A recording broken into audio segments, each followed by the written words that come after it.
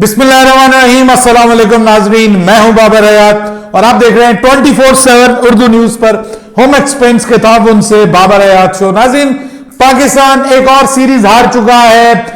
Test series में तो हमें खैर वाइट वॉश हुआ था, लेकिन पाकिस्तान उस टेस्ट सीरीज में इतना बुरा नहीं खेला था जितना पाकिस्तान अब तक इस T20 सीरीज में खेला है।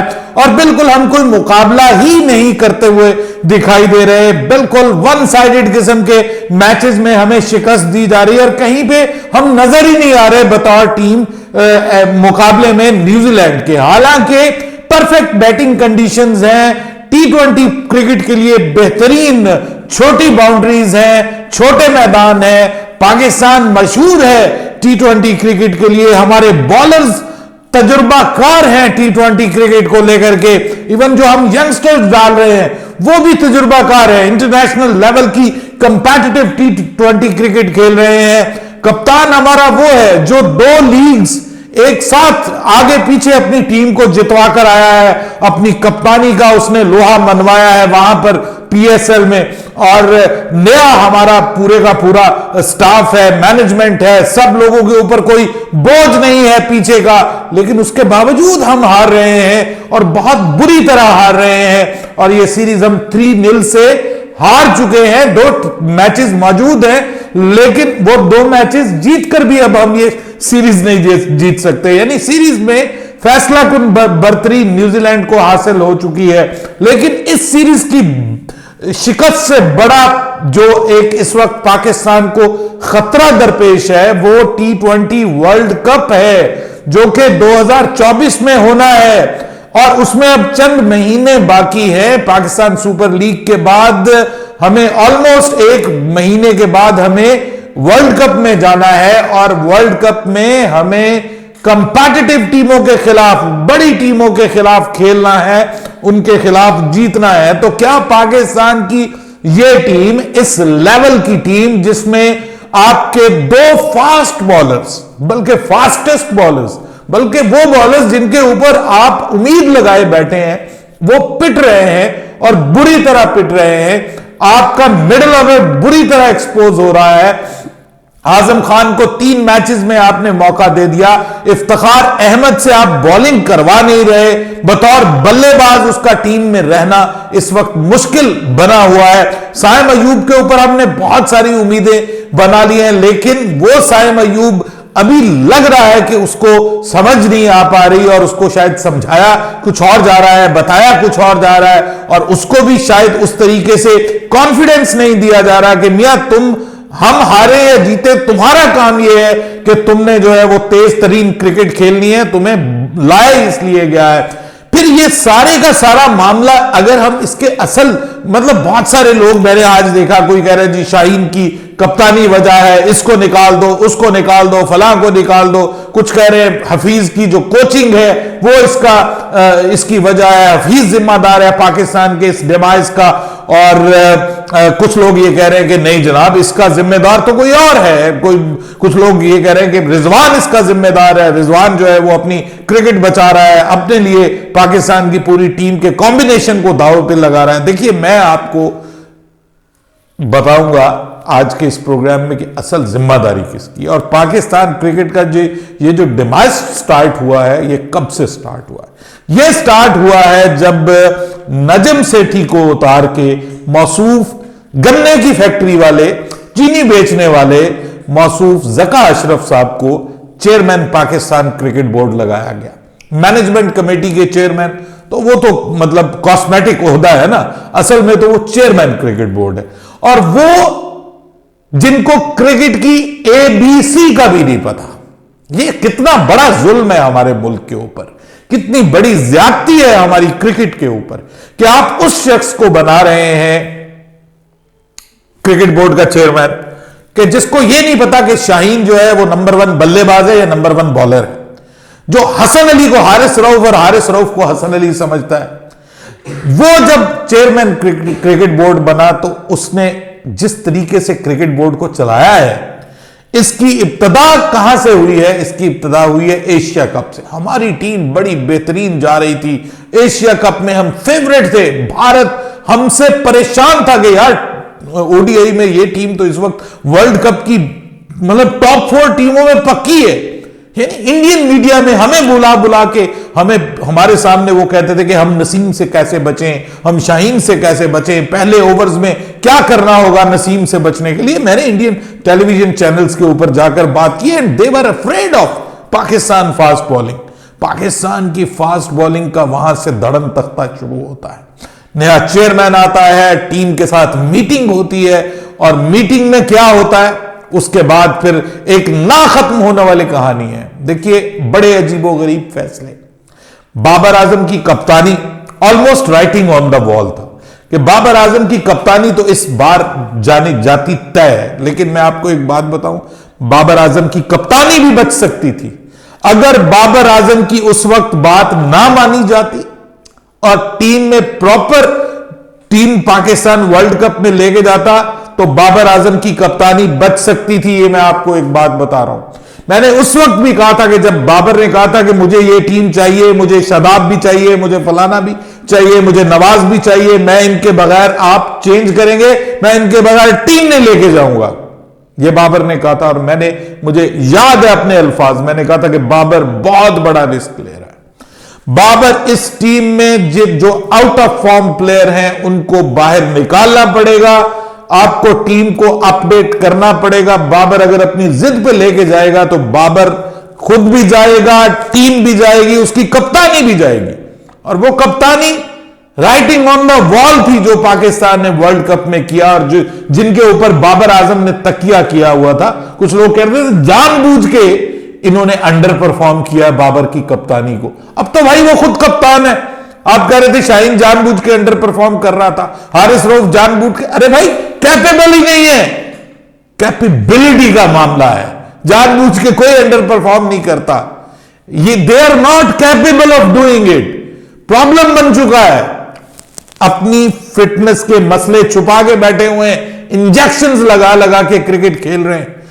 शाहीन शाह अफरीदी अभी भी कह रहा हूं कि आप किसी इंटरनेशनल बंदे से जो डॉक्टर है उससे टेस्ट करवाएं, फिजियोथेरेपिस्ट से पता करवाएं, इसका टेस्ट ले, ये फिजिकली अनफिट है, इज नॉट 100%।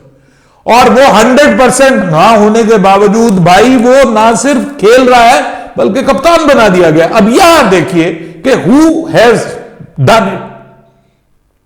मतलब शान मसूद की कप्तानी पे आई एम 100% कंफर्म, बहुत बेहतरीन फैसला है। शान मसूद ने उसको दुरुस्त भी साबित किया।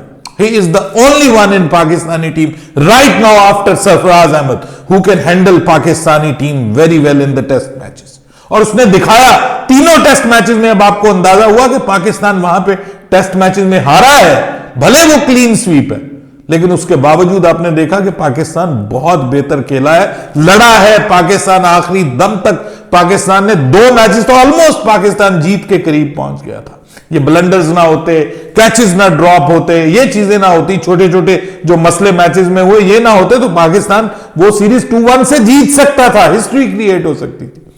वो हमारे डोमेस्टिक स्ट्रक्चर का मसला, हमारे फिटनेस के इश्यूज, खुर्रम शहजाद अनफिट हो गया, फलाना अनफिट हो गया जनाब, उसके बाद पता चला कि जी अबरार अहमद पूरी सीरीज से बाहर हो गया। पूरी सीरीज हम हैंडीकैप्ड खेले, हमारे पास प्रॉपर स्पिनर ही नहीं था रेड बॉल का। साजिद खान को आखिर में लेके आए तो भाई जब आप 10-10 महीने 12-12 महीने एक खिलाड़ी को मौका ही नहीं देंगे इंटरनेशनल क्रिकेट का, एक बार निकालेंगे दोबारा उसको मौका ही नहीं देंगे तो अचानक एक मैच में आप उससे क्या एक्सपेक्ट कर सकते हैं। तो वो सारी चीजें, लेकिन उसके बावजूद कप्तानी पे कोई डाउट नहीं। यहां पे एक ऐसे शख्स को कप्तान बनाया गया कि जो फिटनेस इश्यूज का भी शिकार, जो अपनी कप्तानी में भी मसलों का शिकार, यानी जो खुद से परफॉर्म ही नहीं कर पा रहा, आप उसको किस तरीके से कप्तान बनाएंगे। और ऊपर से उसके मसले मसाइल, इफ्तिखार से बॉलिंग नहीं करवानी क्योंकि इफ्तिखार के साथ उसका मसला है, ठीक है।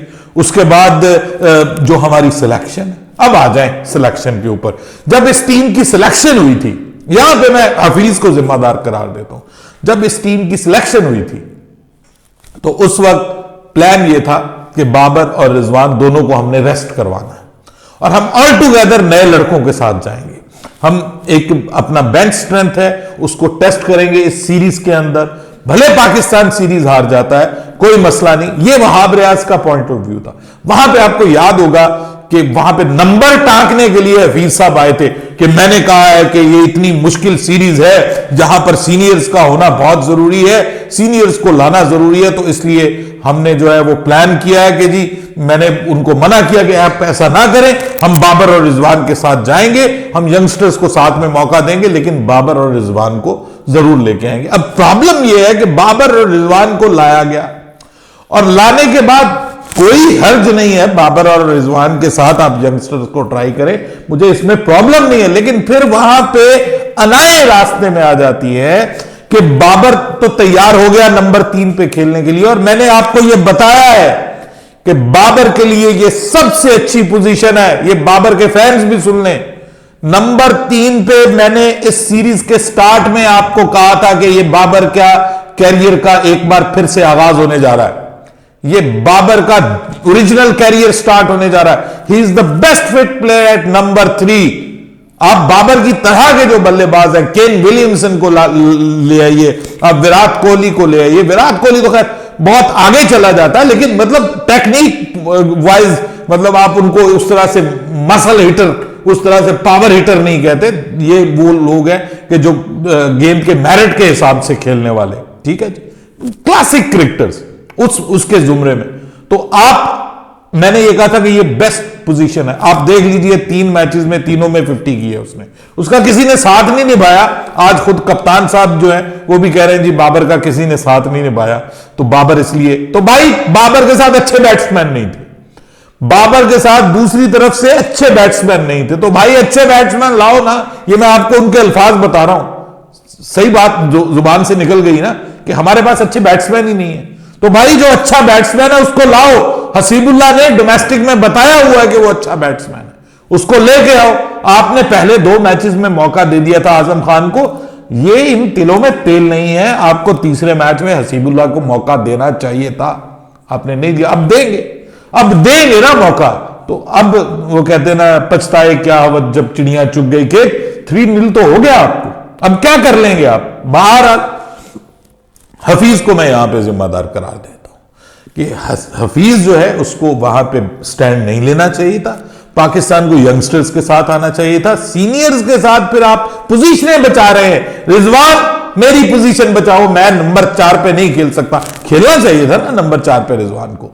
दोनों आपके ओपनर्स आते, टॉप पे आते, और मैं तो कहता कि मतलब दोनों नए ओपनर्स लेके आओ, फखर को भी रेस्ट दो, रिजवान को भी रेस्ट दो, बाबर को भी रेस्ट दो। अपना भाई पिछला पूरे का पूरा सेटअप चेक करो कि आपके पास कौन कितने पानी में। इंडिया मुस्तकिल चेक कर रहा है।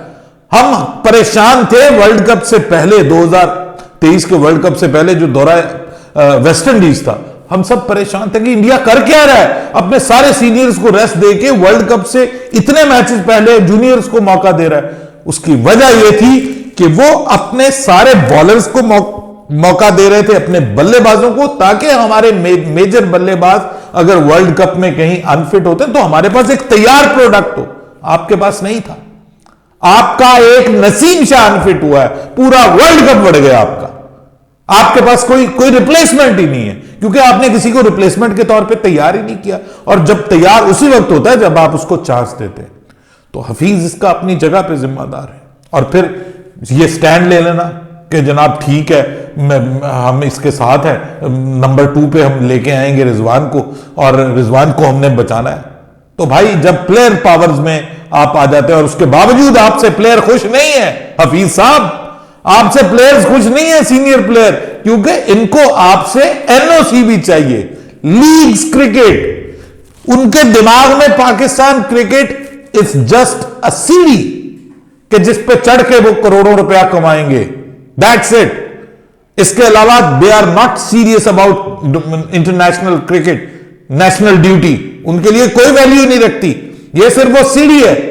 और ये टीम में जो आपने सुन ही लिया ना कि वो जो मसला बना था वो कॉन्फ्लिक्ट ऑफ इंटरेस्ट का, कि टीम में क्यों जी फुलान हमारा जो है वो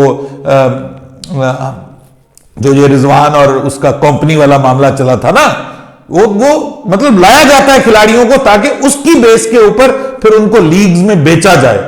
तो ये लीग सबसे बड़ा मसला है, पाकिस्तान क्रिकेट उनके लिए मसला ही नहीं है। सिलेक्शन, फिर कप्तान की कप्तानी, बिल्कुल तीनों T20 मैचेस खेले हैं, तीनों में टॉस जीता और टॉस जीतकर भाई कहते स्टैट्स ये बता रहे थे कि यहां पर जो टीम टॉस जीतकर इन मैदानों में पहले फील्डिंग करती है उसको फायदा होता है। अरे भाई आपने एक मैच में देख लिया नहीं फायदा हुआ, दूसरे मैच में देख लिया नहीं, अरे भाई तीसरे में तो ट्राई कर लो, शायद सबके लिए ये मामला ठीक ना हो, हमारे लिए कोई और यहां पे फायदा होता। वो भी नहीं किया गया और ऊपर से क्या फरमा रहे हैं कि मुश्किल के बाद आसानी है। बिल्कुल हमें यकीन है कि हर बंदे को बतौर मुसलमान हमें यकीन है कि मुश्किल के बाद आसानी है। फिर फरमा रहे कि हजरत यूसुफ अलैहिस्सलाम को किन हालात से उठाया और उठा के जो है वो अल्लाह पाक ने बादशाह बना दिया। अरे खुदा का खौफ करो, खुदा का खौफ करो, क्या एग्जाम्पल्स दे रहे हो यार तुम क्रिकेट के अंदर, शर्म आनी चाहिए ये मिसालें देते हुए। वो बिल्कुल दुरुस्त है यार, मतलब कहां तुम और कहां, माय गॉड ये क्या पागल लोग हैं, कभी कुदरत का निजाम ले आते हैं, कभी कुछ ले आते हैं। अरे भाई इस तरह से ना बीच में इन्वॉल्व किया करो, अपनी औकात देखो, अपनी हरकतें देखो, पैसे के लिए लिटना देखो। और वो हस्तियां, उनके लिए क्या ये वैल्यूज थी कि पैसे के लिए लड़ जाना है और 60-60 लाख रुपए के लिए पीसीबी को जो है वो ब्लैकमेल करना, ये उनके मसले थे जिसपे तुम अपने आप को मिसालें दे रहे हो। सर ये पाकिस्तान को अपना किबला काबा दुरुस्त करना पड़ेगा क्रिकेट में, और जब तक पाकिस्तान ये नहीं करेगा, सबसे पहले चेयरमैन की तब्दीली, ये बंदा तबाह कर देगा आपकी क्रिकेट को। मुझे कोई फर्क नहीं पड़ता, मुझे किसी से कोई लेना देना नहीं है, ये बंदा आपकी क्रिकेट को तबाह कर देगा। ये वो ड्राइवर है जो आपकी गाड़ी भी तोड़ेगा, आपके नुकसान भी करेगा और 8-10 बंदों को भी मार के जाएगा। ये वो ड्राइवर होता है जिसके हाथ में आपने पीसीबी दे दिया। और उसके बाद T20 के लिए मैंने स्टार्ट में भी कहा था, ठीक है हम मान लेते हैं जी कि उसको मतलब Shaheen is not a fit choice, Pakistan को आउट ऑफ द बॉक्स सोचने की जरूरत है। And now I would say कि Rizwan is also not a good choice, think out of box, कुछ और सोचे। ये चीजें आपके काम आने वाली नहीं है, ये सारे जिम्मेदार हैं एक से बढ़कर एक, और सबको इस चीज का एहसास जितनी जल्दी हो जाएगा पाकिस्तान रेक्टिफाई कर लेगा, पाकिस्तान का वर्ल्ड कप बच जाएगा, वरना वर्ल्ड कप भी बढ़ गया। बाबर हयात को इजाजत दीजिएगा, अल्लाह हाफिज।